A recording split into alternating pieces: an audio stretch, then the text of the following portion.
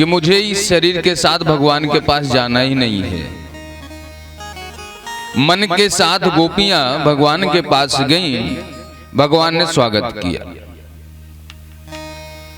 स्वागतम वो महाभाग प्रियम किम कर्माणि वा ब्रजस्यानामयं कश्चिद्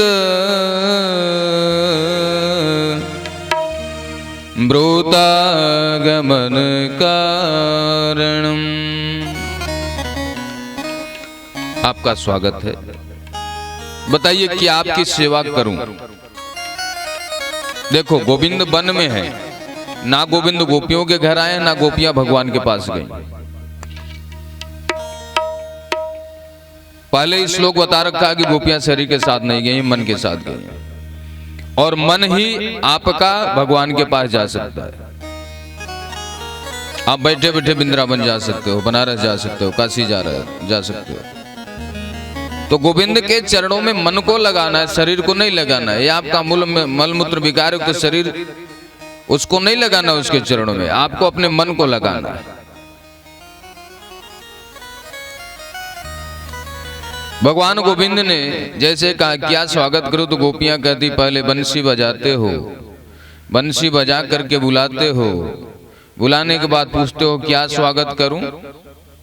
तो कन्हैया ने कहा देखो आप लोगों को अपने परिवार की सेवा करना चाहिए, भाइयों की बंधुओं की सेवा करनी चाहिए, पति उनके आज्ञा का पालन करना चाहिए। और आप लोगों ने अपने मन को हमारे चरणों में लगा दिया, अब आपके घर का काम कौन करेगा। हो सकता है कभी कभी क्या होता है, हम बैठे बैठे दूर की वस्तु देख करके आनंदित होते हैं। यहाँ पे हैं, किसी से चर्चा हुई कि भैया वृंदावन की झांकी क्या बढ़िया सजती है। गया नहीं वहां पे, लेकिन सोचा उसको और आनंदित हो गए, इस बार जरूर चलूंगा जन्माष्टमी पे झांकी देखने।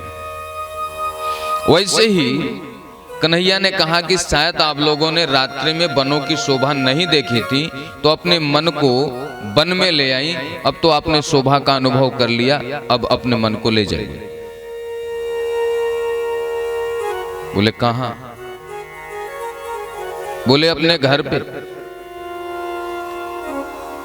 माता पिता पुत्र भाई पति, इन सब का जो सेवा आपको करना है उसको छोड़ करके आई, तो मैं चाहता हूं कि आप अपने घर को जाओ। गोपियों ने बड़ी अच्छी बात कही, प्रभु चित्तम सुखेन भवता प्रहितम गृहेषु। मन जहां पे लगता है वहां पे शरीर भी जाना चाहता है। ध्यान देना बात को। अभी तो आपके पास केवल मेरा मन आया हुआ है, और आप घर की बात कह रहे हैं, तो घर कौन सा है? चित्तम सुखेन भवता प्रहितम गृहेषु। आपके चरण रूपी गृह में मेरा चित्त मेरा मन लग गया है। तो जब एक घर में आ ही गया, जब सुरक्षित हो गया, तो दूसरे घर में क्यों जाऊं भाई। अरे वो कच्चा मिट्टी का मकान पता नहीं कब गिर जाए। तो ऐसे मकान में हम आए हैं जो कभी गिरेगा ही नहीं, समाप्त ही नहीं होगा। तो जब अच्छे मकान में आ गया, अच्छे घर में आ गया, तो अब क्यों इसमें मिट्टी के मकान में अर्थात सांसारिक व्यवस्था में क्यों भेजना चाहते हैं मुझे। भगवान गोविंद ने कहा कि अच्छा अपने मन को लेकर आई क्यों है वो बताइए।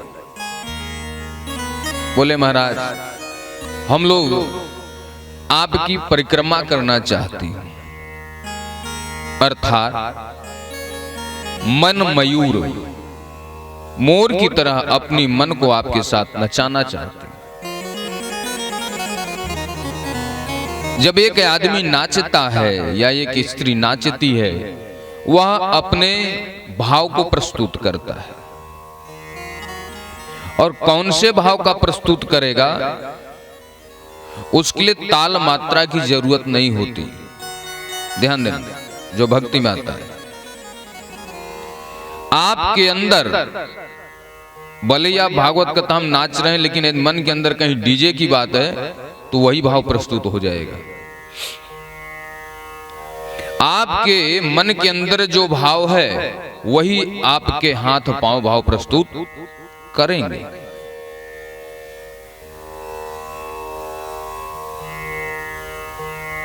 किसी ने बड़ी अच्छी बात कही है, सुना था महफिल में बड़ी मुक्तागिरी होगी। सुना था महफिल में बड़ी मुक्तागिरी होगी, जुबान से वही निकलेगी जो दिल में भरी होगी। तो जो आपके हाथ चलेंगे, पांव चलेंगे, यदि आपके अंदर वास्तविक भगवान की भक्ति है तो आप भूल जाओगे कि मैं नाच रहा हूं। और भक्ति नहीं, यदि पब्लिक को दिखाना है, लोगों को दिखाना है, तो आप सोचोगे कहीं खराब तो नहीं नाच रहा हूं मैं। फिर एक दूसरे को देखोगे वो तो अच्छा नाच रहा है, उससे मैं खराब नाच रहा हूं, आपको ये पता हो जाएगा। लेकिन यदि भक्ति में आ गए तो आप रो रहे हो कि बैठ रहे हो कि उठ रहे हो कि नाच रहे हो, किधर हाथ जा रहा है किधर पांव जा रहा है आपको पता नहीं चलेगा, बस आप मगन हो जाओगे। मन मयूरा नाचे रे हरि चरणन। जब उस चरण की आसक्ति होगी, उस चरण में आप जाओगे, उसका भाव आएगा तो एक अलग ही भाव प्रस्तुत होगा आपसे। तो गोपियों ने कहा कि हम लोग भी यही सोचते हैं कि आपके साथ थोड़ा भाव प्रस्तुति हो जाए। महारास, महारास मतलब नाच गाना नहीं है। प्राय लोग बोलते हैं कि महाराज चलो नाच गाना कर दो, ये कर दो, वो कर दो। महाराज कोई नाच गाना नहीं है। रास शब्द जो है उसका मतलब होता है कि वास्तविकता को समझना। जो वास्तविकता है वह मुझे रास आ जाए, मेरे मन को भा जाए। हम लोग 2 मिनट के लिए भगवान की कथा कीर्तन में बैठते हैं, कथा सुनते हैं, लेकिन वो मेरे मन को केवल कथा प्रांगण तक ही भाता है। बाहर निकलते हैं तो बाहर की दुनिया की बातें आ जाती है मन में। तो ये महारास नहीं है। महारास का मतलब गोपियां कहती है चित्तम सुखेन, मेरा चित्त आपके चरणों में लग गया, यहां से बाहर जाएगा ही नहीं। सदा के लिए ईश्वर को अपना मान लेना, सत्य को पहचान लेना और गोविंद की भक्ति में आ जाना, वही महारास की परिभाषा है।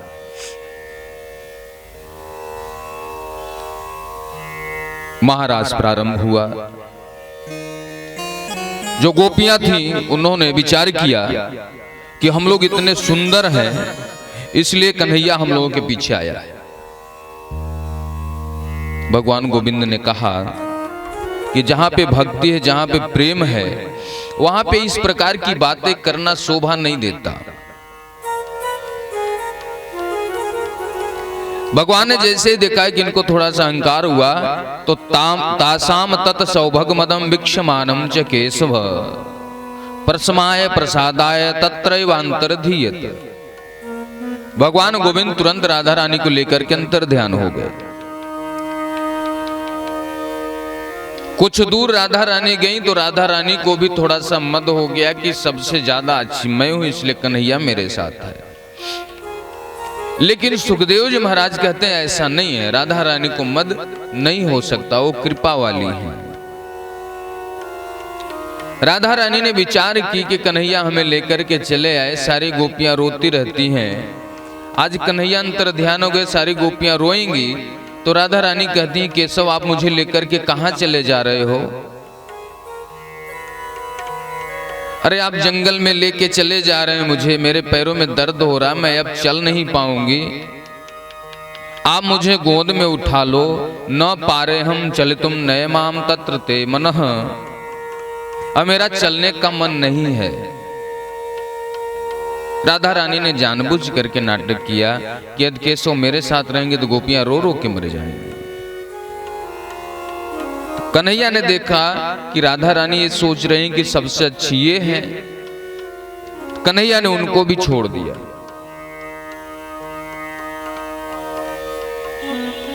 अंतर ध्यान हो गए। सारी गोपियां रोते हुए आ रही हैं। रास्ते में लता पत्र पुष्प से पूछती हैं, अरे तुलसी मैया, क्या आपने मेरे केशव को देखा? कोई जवाब नहीं आया। दूसरी सखी कहती, अरे सखी ये कैसे के बतावेगी, ये तो हमारी सौत है न। पीपल के वृक्ष से पूछती हैं, अरे वासुदेव भगवान, आपके तो पत्ते पत्ते में देवता निवास करते हैं, क्या आपने जाने का रास्ता देखा, किधर से गए मेरे श्याम? जवाब नहीं आया। दूसरी सखी कहती है, इसके पत्ते पत्ते में देवता निवास करते हैं, इसलिए यह अहंकारी हो गया, क्यों बताएगा? बरगद के वृक्ष से पूछती हैं, कद तुलसी कल्याणी गोविंद चरण प्रिय। बरगद के वृक्ष से कहती हैं कि आप तो बुढ़े बाबा हो, आपकी बड़ी बड़ी जटाएं हैं, आप तो अनुभव वाले हो, बता सकते हो कन्हैया किधर से गए, कोई रास्ता हो तो बता दो। जवाब नहीं आया। एक सखी कहती, सखी ये बुढ़ा हो गया, इसकी बुद्धि काम नहीं करती, ये नहीं बताएगा। लता पत्रों से पूछती हैं, इधर से मेरे श्याम गए हैं, मेरे श्याम कहां हैं, किधर गए? आपके ऊपर जरूर हाथ रख करके गए होंगे श्याम, तो रास्ता बताओ, किधर से गए मेरे श्याम? कोई जवाब नहीं आया। चली आ रही हैं। रास्ते में राधा रानी मिल गई, वो भी बैठ करके रो रही हैं। अरे सखी आप क्यों रो रही हो?